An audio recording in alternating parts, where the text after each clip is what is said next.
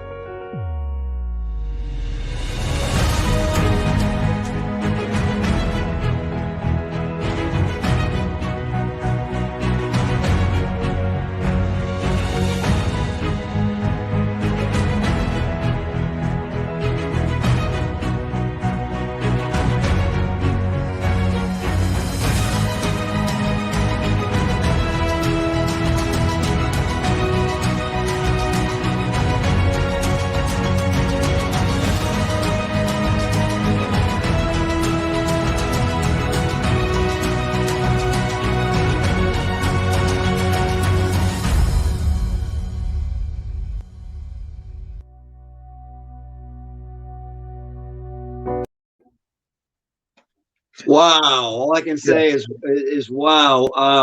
What you and Fulvio have put together is amazing. You know, the way you take nature and life and in that video. Wow. I wanted to ask you a question because you had talked to me about how you work through frequency and how the plants actually get this frequency, and I got a kick out of it. It's like almost like your favorite rock band or Frank Sinatra's Thinking My Way. So how does this work, Frank? Okay. Oh, you kill me. First of all, that video that you just watched was a gift from the inventor, Fulvio Balmelli's marketing team, and his wife got together to recognize him for what he had done for so many years. And so they gave that to him, and it brought tears to his eyes. Now, as far as the technology itself, I'm going to give you a little overview. But the reality is, I sent you another video that you really should play because it will better explain, and lead up to what was developed. But this is a signaling system. Just think of it this way. It's a low radio wave signaling system. There are over 3,000 signals that directly relate to plants, okay, and their entire environment, from photosynthesis to digestion to water to soil. And it just takes what's naturally happening in the environment and completely enhances it. Okay, so we're not doing anything more than enhancing the natural environment of the plants. But I think this other video, which I'll take credit for because I actually produced this video with the team of mine years ago as a starting point of communicating how this technology works. Well, you know what? Let's put the video on. I'm all excited to see it because I'm all pumped up already. So, Peter, let's put on this other video, and I hope it doesn't blow up the whole studio. Go ahead.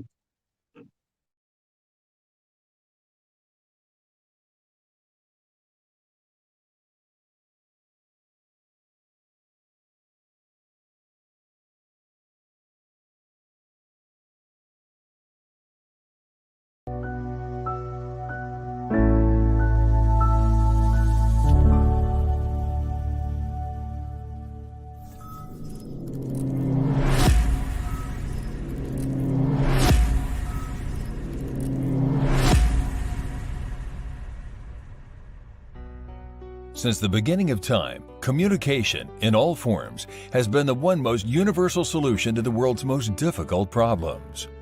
Over 5,000 years ago, the Egyptians started to write out its first messages to communicate with each other. By the 6th century, the Persian king Cyrus the Great officially starting to use mail as a means of communicating long distance. Moving forward to 1837, we find the first electrical telegraph was created by Samuel Morse, which began a whole new era in communication with Morse code.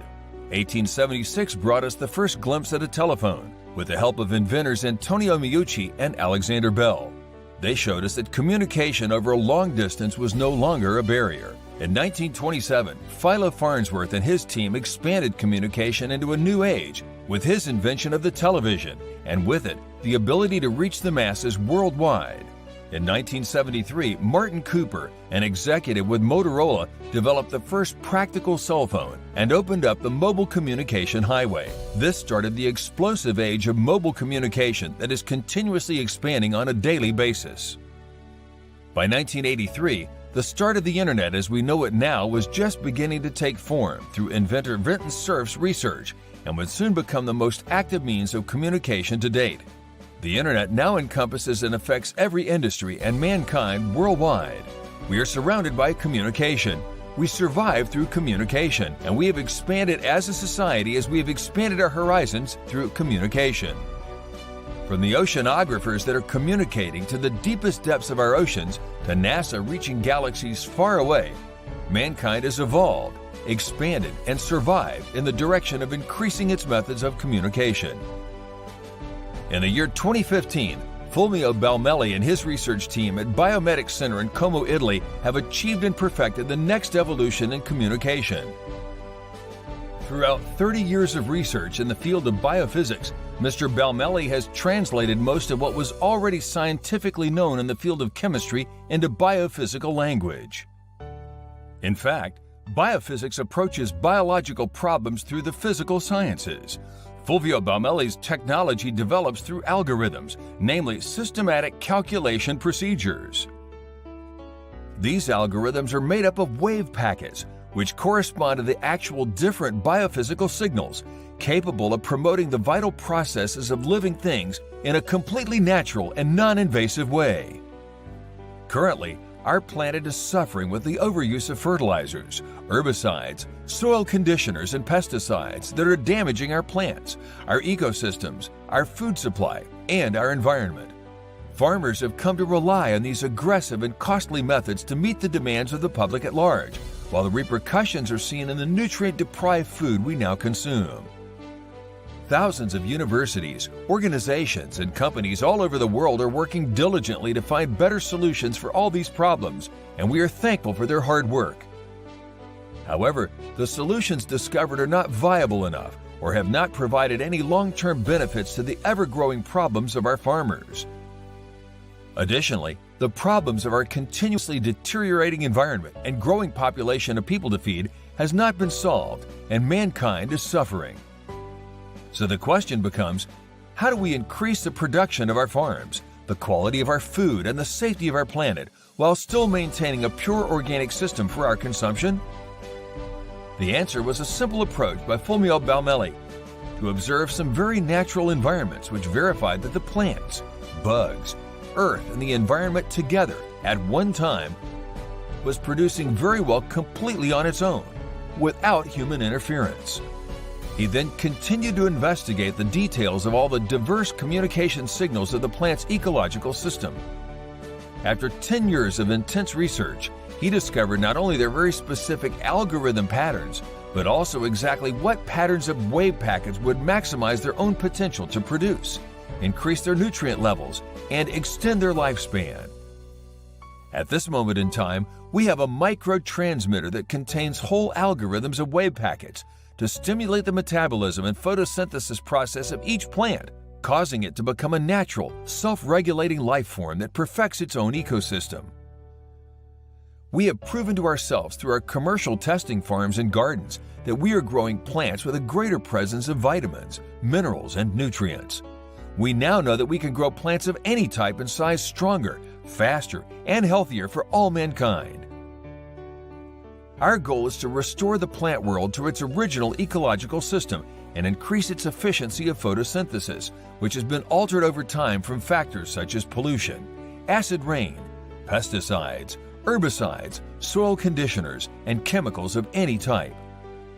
These restoring processes bring greater quality and healthier products for human and animal food consumption. While the advantages of this technology are endless in the world of farming, growing, and cultivation, Organic Earth has taken this monumental breakthrough one step further. It is our goal and our duty as an organization to bring greater health to humans globally. We are the future of farming, and we have selected you to be part of this incredible adventure. Come join us and experience for yourself just how big of an impact one simple decision to change your farm can make. Amazing. Yeah, I just realized that when it was loaded up, there must have been some time delay because it was off in the verbiage with the actual pictures, but the concept is the same. I mean, basically, we've developed, and I would say Fulvio Baumelli developed a microtransmitter system that works phenomenal. I mean, it's absolutely phenomenal. Me being the CEO, I have the pleasure of delivering it worldwide, and that's where my task comes in.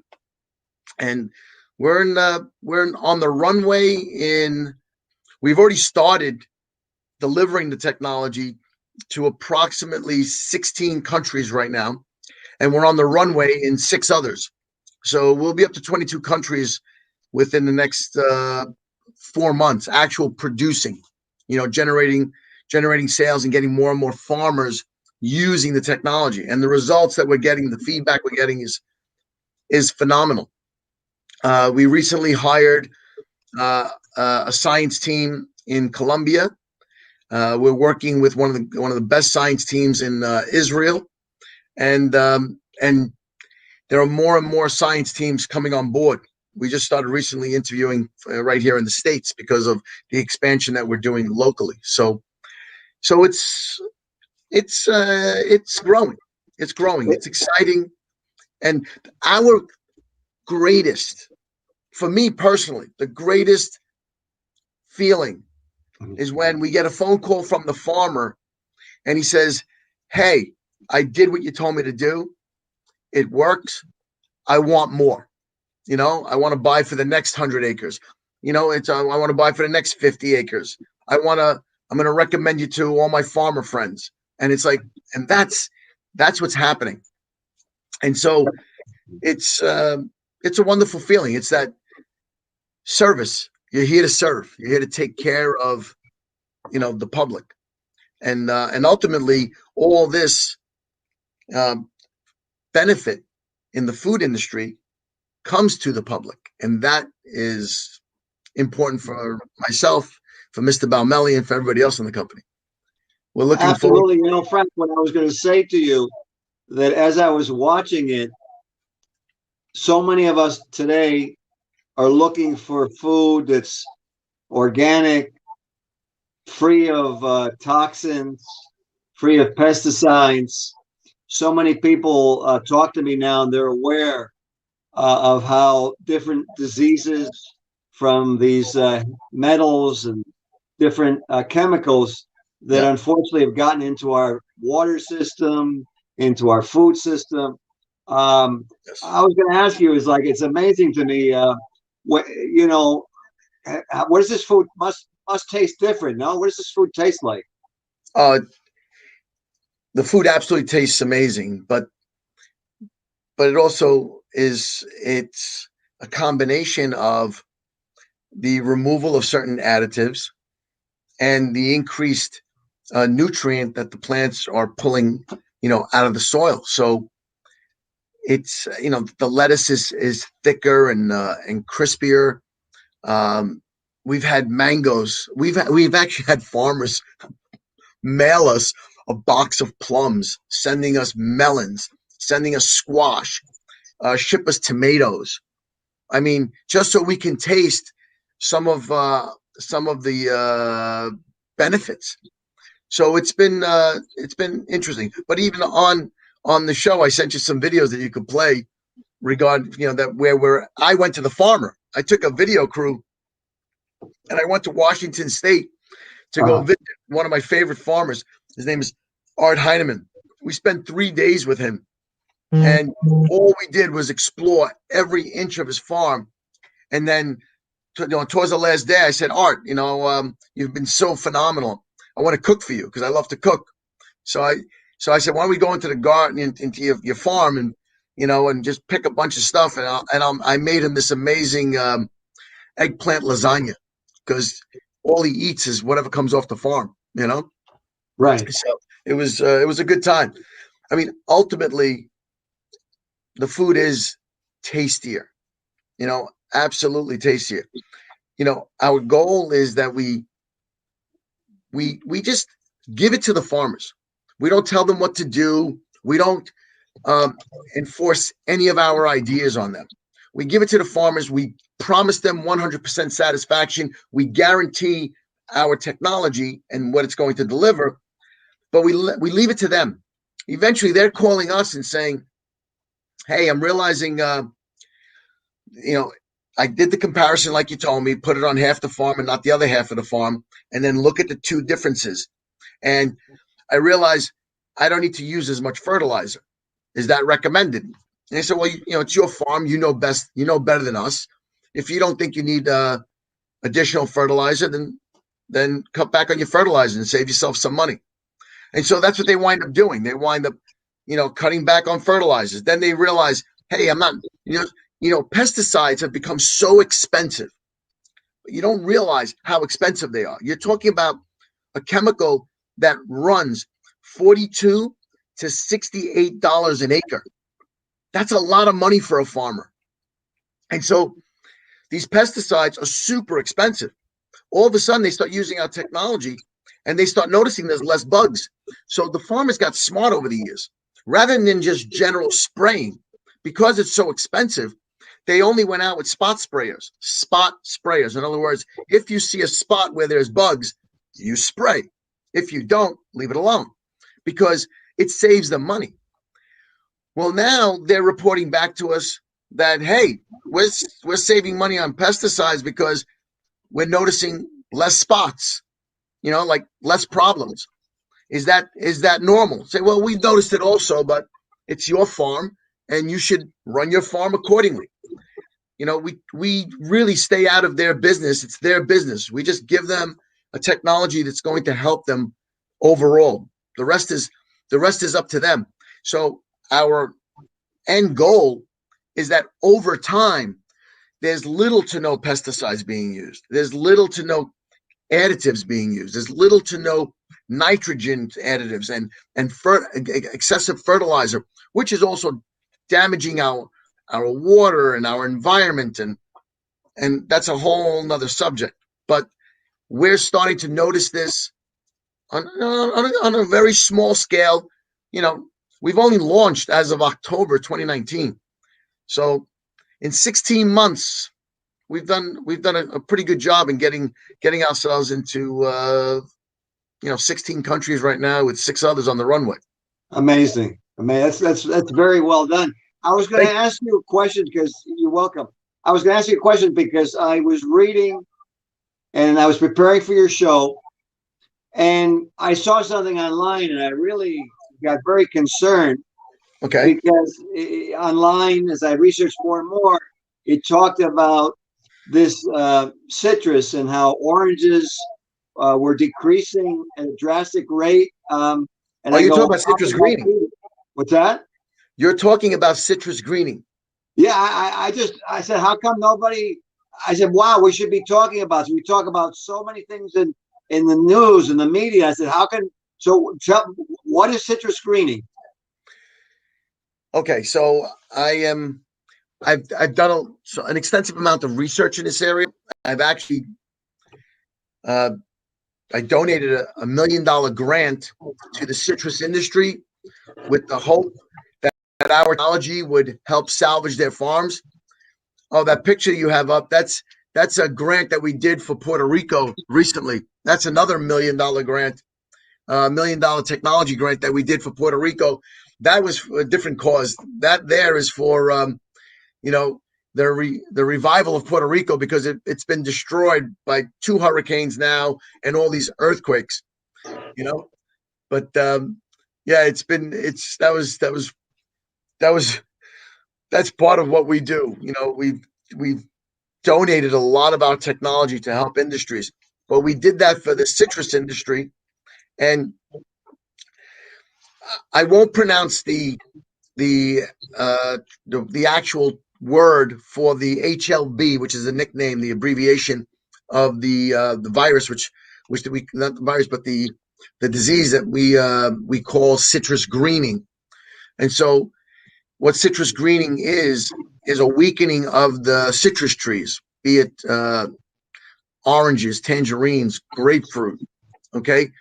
And what happens is you would see, have you ever seen an orange where half of it is the color orange and the other half is the color green, or portions of it are green? And you won't see them really in the stores, but you'll see them at an orange grove if you're driving by one. And so what's happening is this psyllus, it's called a psyllus bug. Okay, it's an Asian bug that originally came out of China. Nobody knows how it got into the country, but it did. And it's gotten into South America, Central America. Brazil is suffering from this. And now it's affecting California and Texas badly.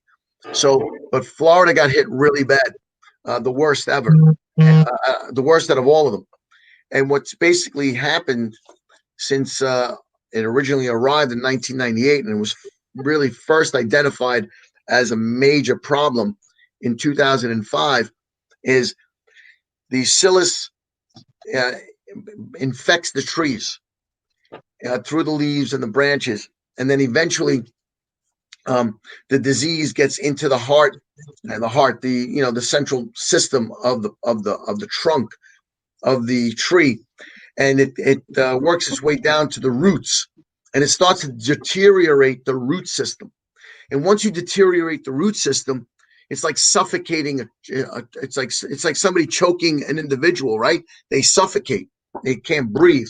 Well, here the tree can't get nutrients out of the soil because of the suffocation that's being created by this disease, you know, and basically the tree chokes out over time, and it takes years and years. And so if I tell you that the industry has suffered so much, it's an understatement. 90% of all the citrus in Florida is infected. Okay. I think that's probably an accurate statement. You can go to several websites and verify that data, but it's a problem. It's a serious problem.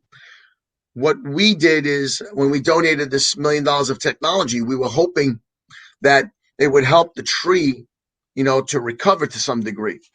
But the industry overall, they're going a different direction. What they're doing now is they're redesigning their groves. They're ripping out their trees, the ones that are already past the point of return or continued existence. In other words, they try and give them as much nutrients as they can manually through their irrigation system. And when the trees still aren't producing enough, they know what the cost benefit is and at what point they're losing money. And so that's when they decide, okay, it's time to just rip out all the trees and replant new ones. Well, where we're now focusing our attention is giving them our technology, of course, in exchange for compensation, but showing them that with our technology, the tree, as a baby tree, can get additional nutrients naturally from the soil using our signaling system, and basically increase its root structure so it's more resistant to any disease, not just citrus greening. The reason why I'm so confident about that, and then we can help them, is because in South America, specifically in Chile and Peru and Colombia, we've had our technology, our system, which is, by the way, it's called the Kiminasi Plant Booster, right? Mm-hmm. We've had it installed on tree farms, cherry trees, plums, lemons, tangerines, oranges. So what we've noticed, all the scientists, agronomists on those fields, is that the root structure is increasing root structure by 30, 40, 50%. I mean, it's incredible how much more root structure. And the only reason why we know is because they actually dig up some of the trees right next to the trees and start comparing the fields with the technology, with the Kiminasi Plant Booster, to the control fields without the Kiminasi Plant Booster. And the only reason why they're even doing it is because they notice a difference above ground. So they're seeing additional flowering, additional fruiting above ground. And logically, the agronomist, as a scientist, he says, okay, if it's happening above ground, we should see the same effects below ground. So they dig up the ground to compare the root structure. And they notice with our Kiminasi Plant Booster, there's a lot more root structure. And so we know that, we can do this for the citrus industry. And we expect that within the next year and a half, we're going to help them to restructure the industry, because it is looking very grim for them, and saving themselves against the current condition is almost an impossibility. They really do need to just restart. They have to do a reset. They literally have to take out older groves, put in new ones. And financially, it's actually not a bad deal for them. It's a long-term reset, because think about it, right? If 50 years ago, 80 years ago, you planted all your groves, what happens is eventually those trees come to the end of their life, right? So 40 years later, they're starting to die off. Now you have to rip them out and plant new trees. Well, that means you go six 6 years, 5, 6 years without any income because those trees need time to mature before they start to produce. So what the farmers are doing now is they're taking out sections. One section, they're ripping it out, planting new trees. The next year, another section, planting new trees. The next year, another section, planting new trees. So when they do this for 7 years, it'll be good because when the time comes that they have to replace those groves, they'll do it in the same order so they'll never be without income. So they're being really smart about the way they do this because ultimately they really don't have much of a choice. It's either that or go out of business. And I could tell you, I don't know the number offhand, but probably more than 50% have gone out of business. Amazing. Yeah, that's horrific. Is this something? It's really, really sad. I can see that. Is this something that's limited to certain areas, or is it worldwide? No, it's interesting enough. There's certain oranges that are much further up north, like in the Tallahassee area and in the Panhandle, that don't really have that problem. It's a different type of orange, but the main oranges in North Florida, not the top of Florida, but North Florida, Central Florida, and South Florida are all infected. If you went to there's a website. Is this so important because with oranges, oranges, grapefruit, lemon, the vitamin C. Yeah, you're talking about vitamin C. Yeah, it's really so important though that we handle this because with the vitamin C, you're talking about something with the immune system, with our healing. As a surgeon, I always recommend people to take a little more vitamin C while they're healing, vitamin B, certain vitamins that we need. I mean, this is something that really, I'm glad that we're having you on the show because it's really something that we need to look at together. Because if you really look at it, even from the standpoint, even when I was a kid, I grew up and I watched the orange juice commercials. But really, when you look at it, it's like it's a staple of our diet and very important nutrition. Absolutely. I mean, personally, I drink orange juice every day. At least a half a glass to a glass. I drink orange juice every day. And so, but that's me. I don't know if that's most Americans, but it's a healthy supply of natural vitamin C. Well, that makes sense. I was going to ask you something because if I was watching this, I would go, so we're going to play music for a plant and they're going to do better. And this sounds so good and so hot, high in the sky. I would say, well, show me something. Show me some results. And I know you told me that you've been doing this with so many different farmers and whatever. So, what I was going to say is, why don't we play? I know you have some videos you provided for the show. I'd love to play the first one to hear what some of these farmers have to say. Absolutely. But let me just clarify one thing. It's super important, Doc, that there's no confusion about what we're doing. It's literally they're radio waves and they're synchronized in a very specific way so that we absolutely it's a science. We're not playing music for the plants, although that would be so cool. I couldn't resist because here you have plants acting like human beings, communicating, and I can't resist looking at it as a doctor because I go, it's amazing how nature has us communicate. It's a signaling system within nature that we've tapped into, and that's really what it is. But it's their signaling system. We just developed the equipment in order to tap into it and then duplicate it and enhance it. Okay, play the next video. You'll enjoy it. That's it for the video. Go ahead, Peter.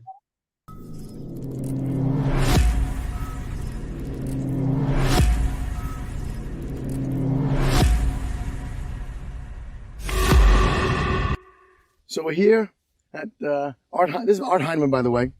He's our most famous farmer, and quite honestly, he's the only farmer that has adapted our technology and used it consistently for 3 years in a row.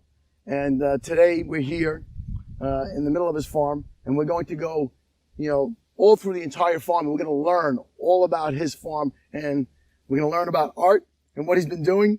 And what we want to do is we want to go, fruit by fruit, Sure. vegetable by vegetable. Okay. Taste them, do bricks testing on them, Right. gather some information about them, Right. and then we're going to do our own little research to find out how does that compare what you're doing, Yeah. and your know-how and your techniques along with our technology. How does that compare to the average? Yeah. I'd like to know too. In a pretty interesting manner, Yeah. because it's there, the trellis is there, Yeah. and all the grapes Yeah. are growing, Yeah. and there's a lot of There's grapes a in lot there. of grapes in there. Yeah. I can't stop eating these things. Well, good. That's what it's all about. But these have not achieved their full potential. But they're already Yeah. they're already When good. are they supposed to be ready? I would say, maybe in a week or so. All right, let's just pick one and test it. Yeah, let's pick one. All right, here we go. All right. So, you're the master. You tell me what it says. Man, these things are just falling off. Delicious. Well, it's already 19, and they're not as sweet as they're going to get. They're going to be well over 20. I would guess they'll probably be 25. What kind of grapes are these? Those are a variety called Suffolk Reds. Tell us, what was the most impressive thing that's happened over the last 3 years since you've been using Harvest Harmonics technology? The new growth. The new growth. The new growth was beyond belief. It was it was totally unexpected. I think they have grown. I've never pruned them, but when you prune it back to practically nothing and then it grows, it's very impressive. So, you pruned all of this back to nothing. Not completely nothing, just about about 4 arms per plant. Okay, Yeah. and they were on the floor, They had been.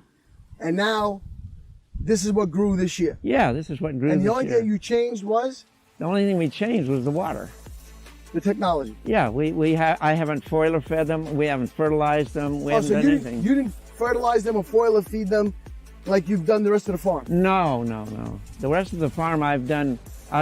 Yeah, this is kind of like a sideshow here, but we like we like grapes though. Okay. Well, you're Italian. You're gonna love those grapes, right? I'm gonna tell you something. Those grapes were delicious. I must have eaten that day. I must have eaten about 2 pounds of grapes. Here's the interesting part. That wasn't our first experience. It was our first feedback, but wasn't our first experience. At the same time, we were launching in Peru, and the grape growers in Peru, they've been measuring 56% increase in production. Wow. 43% increase in production. In Chile, 62% increase in production. But not only that, these guys in South America, they don't do like scientific testing. So we had to coerce them into doing scientific testing. Say, listen, we want you to do the tests. We'll pay for them. Just do the tests. So finally, after balking, some of these farmers did the tests. You know what they discovered? No. The nutrient density of our grapes was higher than their standard grapes. So you know what they did? Wow. They sold them on the open market for, I think it was 54 cents a kilo more. The farmer made on 1 hectare, an extra $11,000 between the increase in production and the increase in the price that he charged because they were better quality. He was able to sell them in a premium market. And so, now the farmers are testing. Now they listen to us, So it's interesting because now we have a lot more results in grapes. And we're starting with grape growers. We just recently started with grape growers in California. And California is a huge market for grapes. Right. So it's better quality, better tasting, and you hear it from the farmer himself. But I've got so many videos like this just with Art's farm. You should play the unless you have any questions, you should play the next one because he's I love watching him and hearing you two guys having a great time. Let's watch the next video. Yeah, because he's definitely more entertaining than I am. Yeah, I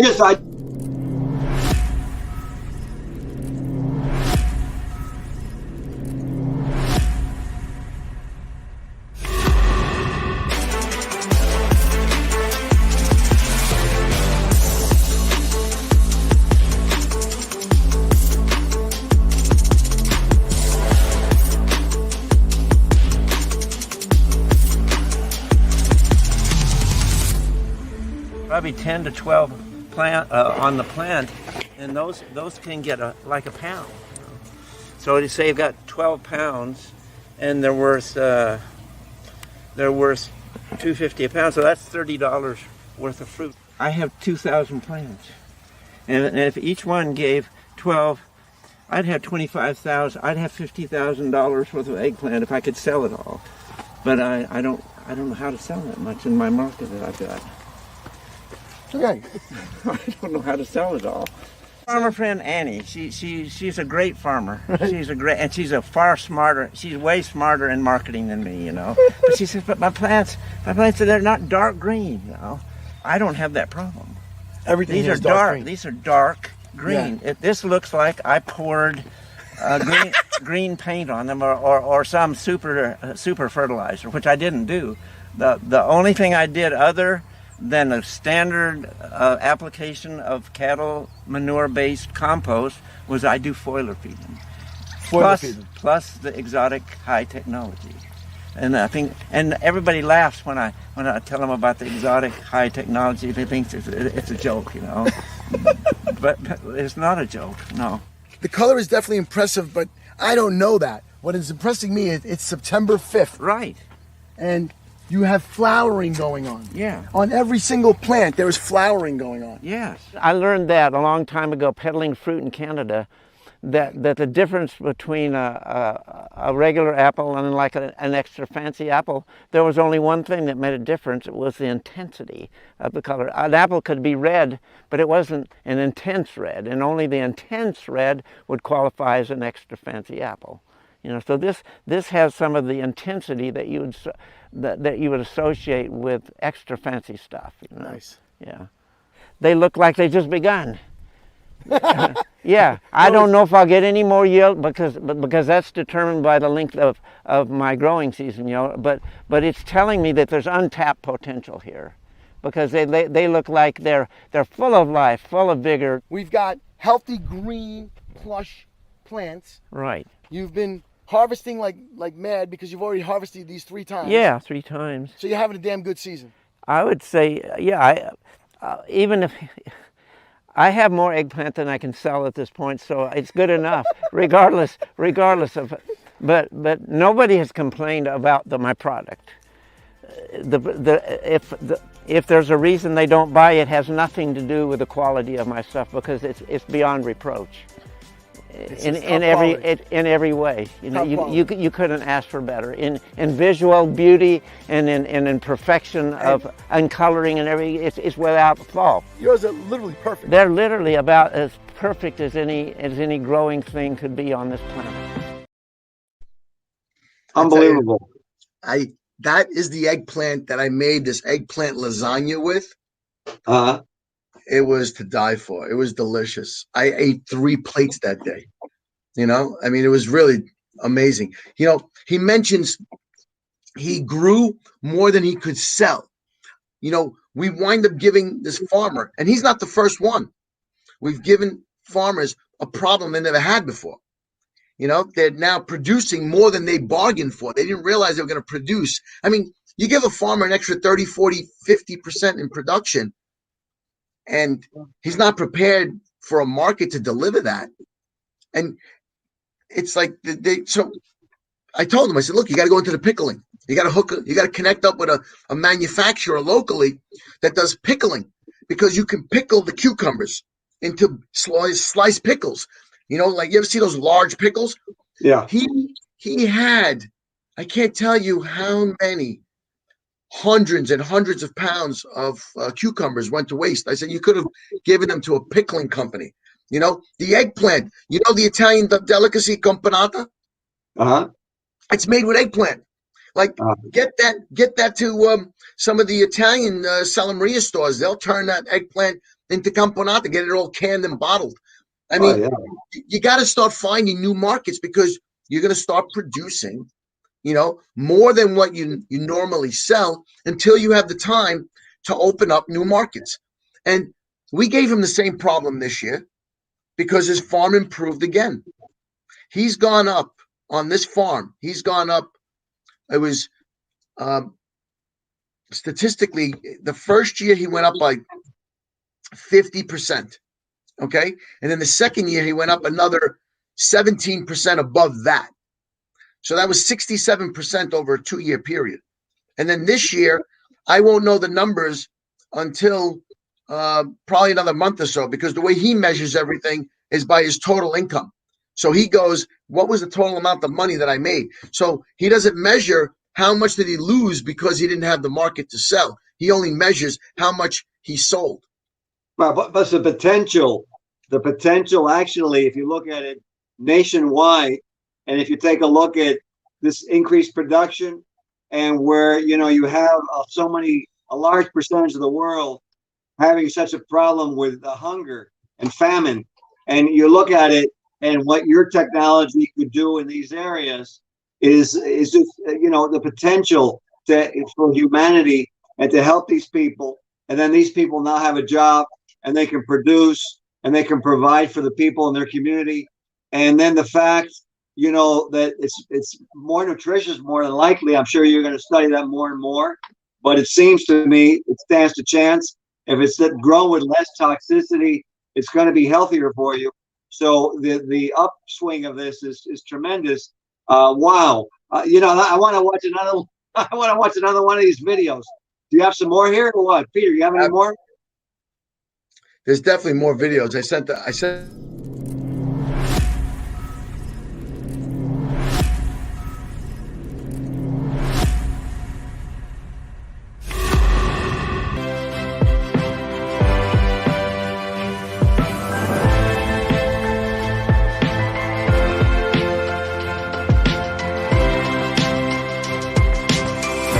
No, I've never seen it before. Look at this. Look at that.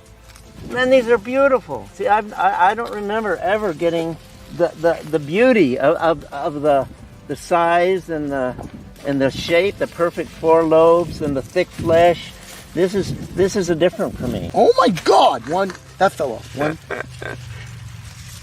2, 3, 4, 5, 6, 7, 16, 17. Now, if you sold them for 50 cents a piece, you'd have $8 on one plant. There's 17 peppers on this plant, and there's 14 of the 17 that are big. Big. And I can truthfully say I've never had that beautiful of peppers. It has the characteristics that it was genetically programmed to have, So, it's natural genetics. It's natural genetics. That is amazing. Yeah. There's a little pepper here. Yeah. It's Oh my God. They don't appear to be getting tired. No, they're definitely not getting tired. Right.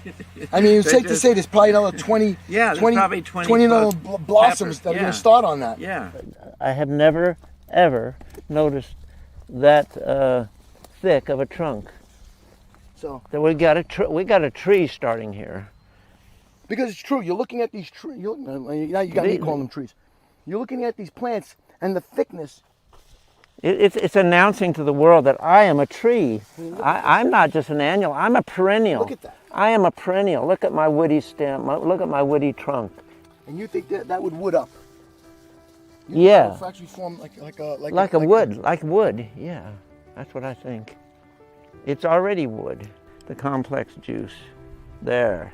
Now I expect it to be up there. Yes. What is it? That made the difference. Now we've got 10. Wow. Yeah. So, for anyone who doesn't know what a refractometer is, it's it does a Brix measurement. It tells you what the sugar content is of the fruit or vegetable. 10 for a pepper is like huge. Oranges right now they're hoping to get 7. Wow. Yeah. So We had 10 on a pepper. On a pepper On a compared to pepper. orange. Yeah, I mean, I'm just giving you, Wow. I'm just giving you a comparison because the citrus industry was so beat up. The oranges aren't as sweet anymore because they don't have it. The trees don't have a lot of energy because they're not getting enough energy out of the soil, you know. And then you heard me go, wow, you know, when I was talking about the peppers because I was blown away. Like, you know, I know a little bit about farming, you know, from Italy and stuff. I've never seen pepper plants with so many peppers on them. It was like for me, it was mind-boggling. And so I was just I was in awe at what our technology actually did. I mean, I was expecting it, but when you actually see it, you're kind of proud of yourself. You know, you can't help but be proud. And so now you know, remember we counted like 16, 17 peppers on that one plant. This is towards the end of the season. It's September already. He's already harvested these things, you know, early on. He's already picked peppers off of them. And there's flowering going on. So if he was in a warmer climate, he would have gotten more peppers out of it. He'd go on and on and on. And but you know what? You're not going to say is we could go on, and we'll have to have another show, but we're coming to the end here. So I wanted to ask you something because I see your mission. I'm really blown away by the results. I'm so happy that some technology exists for this. So what I wanted to ask you is there anything that you want to relay to the people watching this show that comes from you that you would want to tell them? That's a great question. And look, anyone knows that change comes from the masses. Change comes from the consumer. You know, when the consumer wants something, they demand it, they will get it. If they don't demand it, they'll never get it because what happens is the food chain starts from that point. You know, somebody wants a special type of, you know, cell phone. Guess what? Someone's going to produce it. And it happens that way. Well, the public, what I would like from your listeners and people watching your show is that they start asking for Kimi Nasi vegetables, Kimi Nasi technology. You know, start asking for producers, you know, that they want fruits and vegetables grown from farmers that are using Kimi Nasi technology, because that's going to be healthier fruits and vegetables. And if that's what the public wants, healthier fruits and vegetables, and ultimately, because of the mass production that we can provide, the pricing should go down, not up, because if you have a lot more peppers and a lot more mangoes and a lot more cherries, you shouldn't be raising your prices. You should be lowering your prices because right. you're making more pounds per square mile or per square acre. So the bottom line is our goal is to bring the best quality products for health purposes to the consumer, but the consumer needs to demand this, you know, and soon we're going to be coming up with an app where they can actually start finding out which farmers are doing it, you know? Well, you know, Frank, I really got to tell you, it was great show. Unfortunately, we're running out of time. Understood. But, you know, I know there's going to be another show we're going to do in the future. I think it's unbelievable, and I think it's beautiful technology, and it shows how it's so interesting how when we do and we cooperate as nature, how things just happen. So I want to thank you for being on the show, and for the viewers out there, it's a time for truth, 2021. Thank you, Mr. Frank Arlia on Harvest Harmonics, and we will see you next Monday night. Good night. Thank you. Thank you. Thank you.